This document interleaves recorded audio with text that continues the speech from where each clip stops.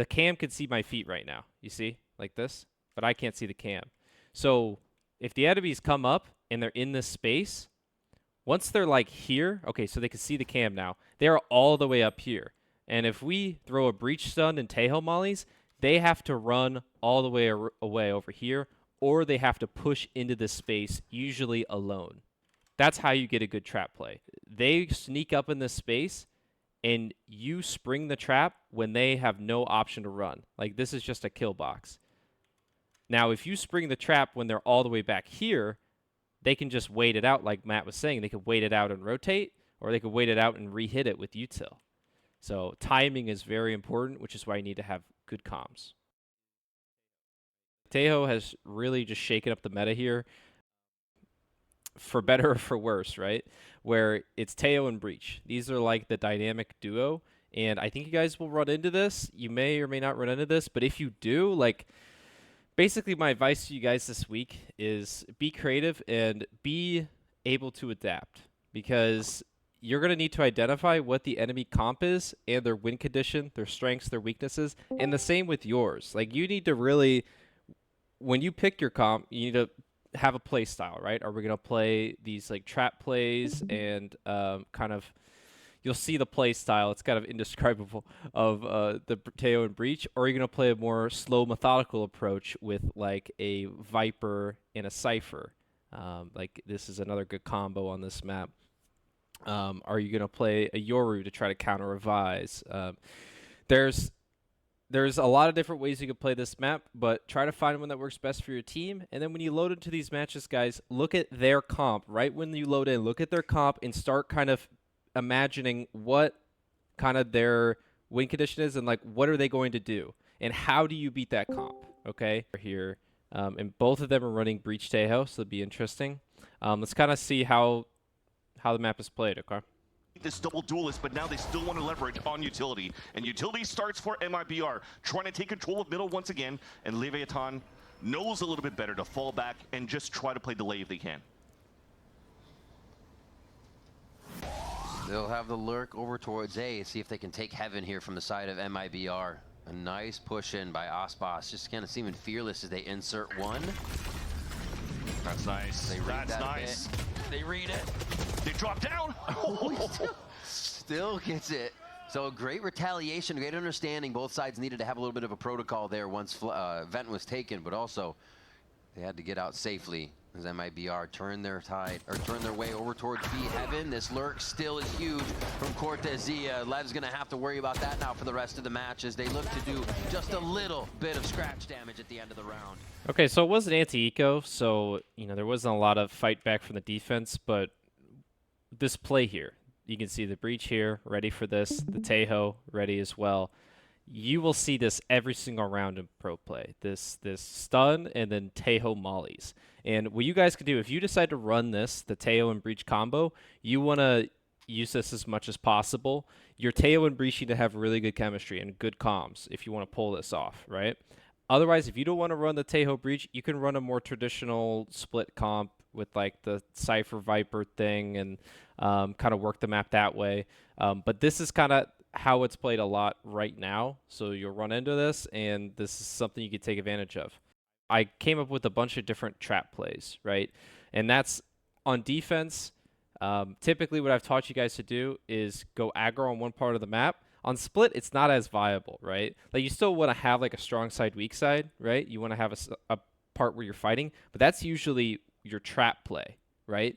So a trap play is like you set up util where once somebody makes contact or a cam sees somebody, we call the trap and we dump a bunch of util so anyone in the area gets destroyed, right? And split is a great map for this because it's all close quarters, right? We have close quarters in B heaven, close quarters in male, close quarters in mid, close quarters in vent, even ramp right here. These choke points are very close quarters. Like, there's not a lot of wide open spaces on this map, so it works really well for this Breach Tejo combo, for Raze, and for these trap plays, okay? So first one here that you can take a look at is like a mid trap. So we have like when Raze is going to jiggle this, and when she makes contact, we just throw our Breach and Tejo util out, and we swing all together, and we just try to kill anyone in this kill zone right here. When you get a kill, you want to reset. Like, whenever you do an aggro play, you want to reset. And typically that's you back up and you play numbers, right? You don't want to back up all the way to give them free space, but if you keep over swinging this angle after you get the trap, they're just going to re-swing you with util, with the flash, and re-clear you. So you want to change things up once you've sprung the trap, then you reset, okay? Another trap play you can do, Raze gets contact. If she hears or sees something, you pop the stun, pop the mollies, and swing off of it. And anyone who, comes out of here is probably destroyed, or they're very disoriented, and you can just swing them together, right? Like, this is good. Ramp trap play, you can, there's a Cypher cam that I'll show you guys in game that's really good. Once the Cypher cam makes contact, you stun, you molly, you swing, right? And then over here, mail trap, you could have breach either ramp or ropes or whatever. And there's another Cypher cam I'll show you guys where once this makes contact, once they're committed into this space, you punish them. You stun, you Tejo molly, and Raze nade, and you should get a free kill out of that, right? And then you can play numbers and play the map. Like, the map has all tiny choke points. So, like, if you can get the duelist, if you can destroy the duelist after they've used all their initiator util, then they're pretty much screwed, right? So these are just some ideas. You guys can come up with your own, right, or experiment with your own. A lot of them are going to come out on the fly, right? There's going to be these combos with the stun and the mollies where these guys just need to both be very communicative, right? Like, if we get info, say we're retaking B, we get info that there's a guy stuck back site, right? Breach is going to be like, I'm going to stun that guy back site, Tejo molly him, Tejo molly back site.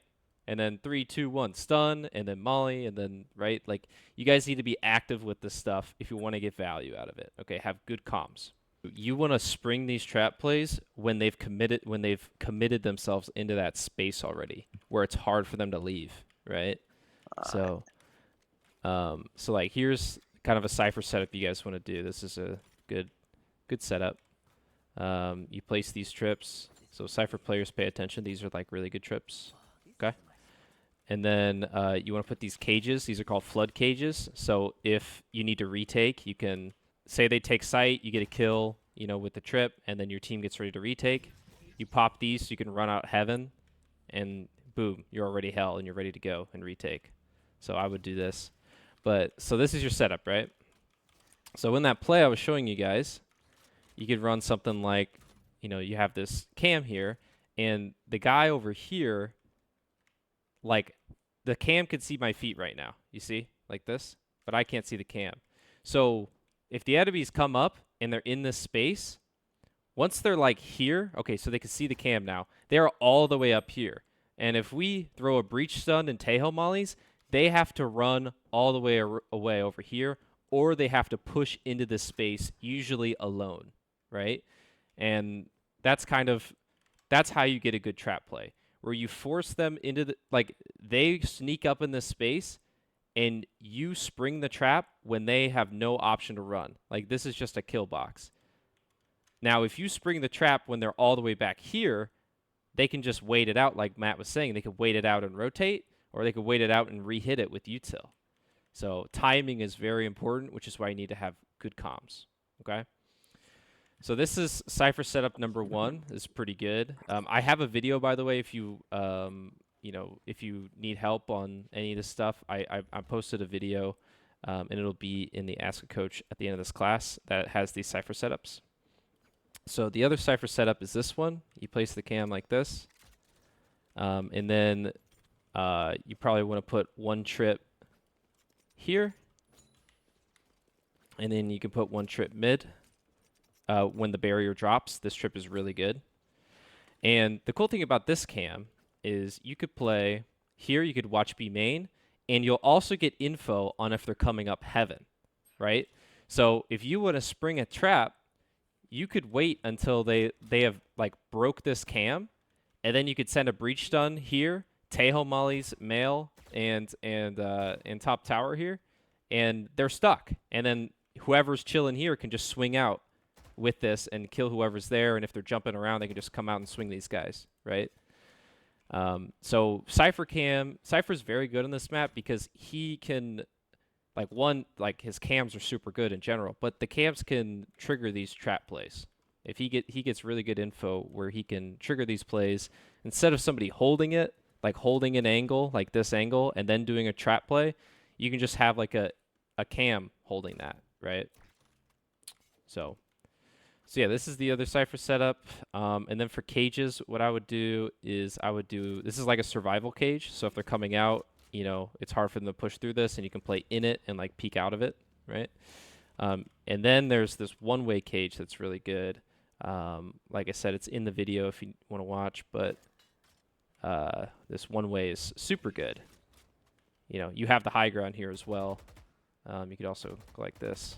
So, okay, and then the other cam I wanted to show you guys is you could place it like all the way up here, and basically you could wait until the enemies are like out here, and then you could call the trap play, right?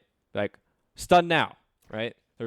Let's do the trap in 3, 2, 1, stun, go go go, right?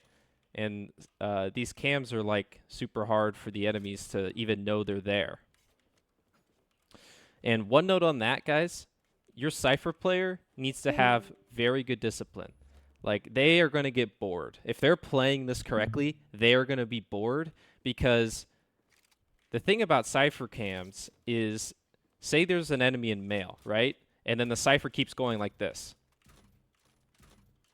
They're going to hear that. They can hear that cam. So you need to you need to chill, and Cypher needs to play in like a safe spot. Like, say, let's see, like, you know, like top stairs, for example. Like, this could be a good spot. Or they could play all the way back here, and they can just, you know, hold this, and if their trip gets broken, then they can just focus on what's ever coming here, right? On A, it's kind of a similar thing. You don't want to play in a spot where you can get destroyed, right? Like, you want to play in a spot where you can chill, maybe like play over here, spam for your trips, but then you have the cam up here, and you just keep this cam online for like the whole round until you get forced off it, and then, or if they, you know, break your trip or whatever, then you can get off the cam. But you need to be very disciplined, staying in that cam so that your teammates can get value out of it, and the enemies don't know that the cam is there. Make sense? Okay, now I'm going to go to Breach, because we talked about the Breach and Tejo. I'm just going to show you a couple good stuns that are really good for you guys getting space and doing these trap plays, okay? So first we'll start with trap plays. So like one, we talked about this stun is really good, right? Playing there is super great. I think this one's pretty good as well. It won't get olive ramp, but you can peek off it very easily. You could also do it like from here, right? Mid, you can play behind here, and then like if there's a Cypher trip here, or you have like your Raze or somebody or Duelist like jiggling this angle, when they make contact, that's when you pop this thing. You like that. And the cool thing about this place is flashes are good here as well. And then as for Heaven, like if you want to do a mail trap, you can have your Breach over here holding this. And then if they end up going A, you can just turn around and stun this, right? So Breach is really good in this position as well. On attack, let me just talk about attack real quick. Some good stuns. If you just want to get someone off aggressive angle, a stun like this is good. A stun like, can I get in sewers, please? Please and thank you. This is a really good stun if you want to have your Raze satchel up. Tejo Molly here, right? A lot of times I'll just sit here with Breach stun out, and whenever I see someone on the radar, like my Duelist sees somebody, I snipe to them. Like I see someone pop up on the radar, I snipe them, and my Duelist can swing that guy. Or if my team wants to go up Heaven, I can have this ready, and then when they're ready to go, I'm going to be like stunning in 3, 2, 1, pop. Right? Another good stun if you want to get B main control very easily. Just go like this at the start of the round. So breach stun is super good and it recharges. So you want to use it at the beginning of the round. Okay, you want to use it early to get some space. Use it in conjunction with the Tejo mollies often to get value out of that, right? And then going to Tejo real quick. Cool thing about Tejo on attack is he can break these pesky trips, right? Like we know, like the Cypher trips or the Vise mollies, right? Like we can, if we just want to default by just breaking any trips, like we can do that. Or say the enemies, like we want to have our duelist run up mid and we want to kill anyone male or heaven. We'll combo with our breach, pop these mollies, swing with our gun out, and try to cut them off. So, any questions on like the initiators, breach and Tejo, how we utilize them, how we get value?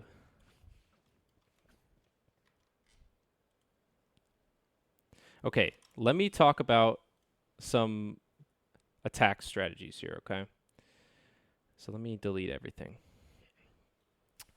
So, what I recommend you guys do on attack is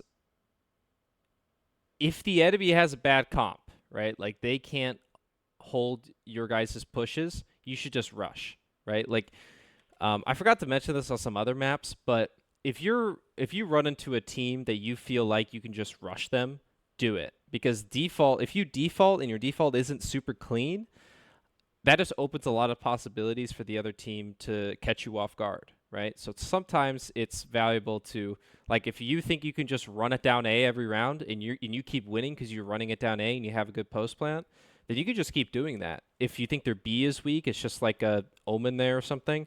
You know, you can walk to contact B, and then once you make contact, rush out, right? So rushing is really good, but if the enemies have like a comp that shuts you down, shuts the rushes down, like a Vise, for example, then you're going to need to go into more of a default, okay? So that's what we'll get into next. So I have a default on the page that's pretty good for this type of comp that I'm thinking. First, the first thing you need to know about this is rotates can be very quick across this map if you have this control. It's really like this control of the map is very strategic. Like it's kind of like what we talked about on Lotus, where your rotates are really fast if you can get this control, right? If you can get up here, then you can go A and B, you can go back and forth very easily. So it's kind of similar on split, where if you get ramp control and you have somebody mid, if you figure out that B is the weak side, you can just pivot and run it to B, right? And vice versa. If you see three people B heaven, they have a trap play set up, and you have like a lurk up ramp, and they're saying, "Hey, I don't see anything A," we can pivot and rotate very quickly. It's a quicker rotate than defense is. So with that in mind, here's like a default we can do. Like we get mid control, we pressure male, and then we have our Cypher do this lurk thing, okay? So let's kind of see what that util looks like. So what Cypher's going to do at the start of the, before the round starts is throw this cam up. And then when the round starts, I don't have super great lineups for this, but it's something like this. And you probably want to actually pop the cam before you do the cages, actually. But you pop this to see if anyone's aggressing A. If they're not, you throw your cages, and then you can slowly just work up ramp. And you don't have to do this every round. You can just throw these and run away and then pop them, right? But maybe sometimes you actually do want to take advantage of these cages and get up to this point. Okay, nobody's here. Now we get up, right? Now we're working ramp. We see nobody's A. Maybe we break the cam, right? Like this is a good lurk. This is a really good lurk. And as we talked about in previous classes, you don't want to be predictable. You want to be unpredictable with this, so the enemies are